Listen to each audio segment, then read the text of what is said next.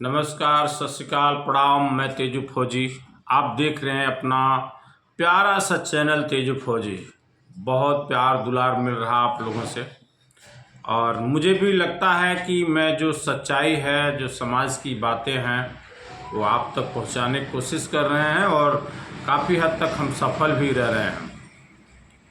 आज फिर एक दिशा में ले चलते हैं शिक्षा के क्षेत्र में कि शिक्षा के अलख जगावा हो, बेटा या बेटी के पढ़ावा हो। बहुत भेदभाव होता है बेटा और बेटी में। लोगों का मानना भी क्या है, सही भी है कि जब बेटी की शादी हो जाती है, वो अपने ससुराल में चली जाती है, तो अगर गलती से वो नौकरी पा जाती है तो उस पे उसके ससुराल वाले हक जताते हैं और जो मायके में माँ बाप हैं उनकी तरफ ध्यान नहीं देने देते, या बेटी देना तो चाहती होगी लेकिन परिवार के दबाव में नहीं दे पाती है। शायद यही कारण है मेरे हिसाब से कि हर कोई बेटी को पढ़ाना नहीं चाहता है। तो इसी पे मुझे लिखना पड़ा कि शिक्षा के अलख जगावा हो, बेटा या बेटी के पढ़ावा हो। शिक्षा के अलख जगावा हो, बेटा या बेटी के पढ़ावा हो।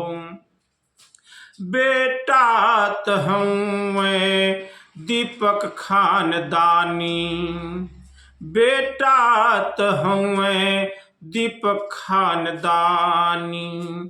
हे बिटिया तो है दुई दीपक बाती, हे बिटिया तो है दुई दीपक बाती। भेदभाव आवा ये मिटावा हो, बेटा ये बेटी के पढ़ावा हो। शिक्षा के अलख जगावा हो, बेटा या बेटी के पढ़ावा हो। शिक्षा तो है अनमोल खजाना, शिक्षा तो है अनमोल खजाना। पढ़ लिख कर के जीवन सुधारना, पढ़ लिख कर के जीवन सुधारना।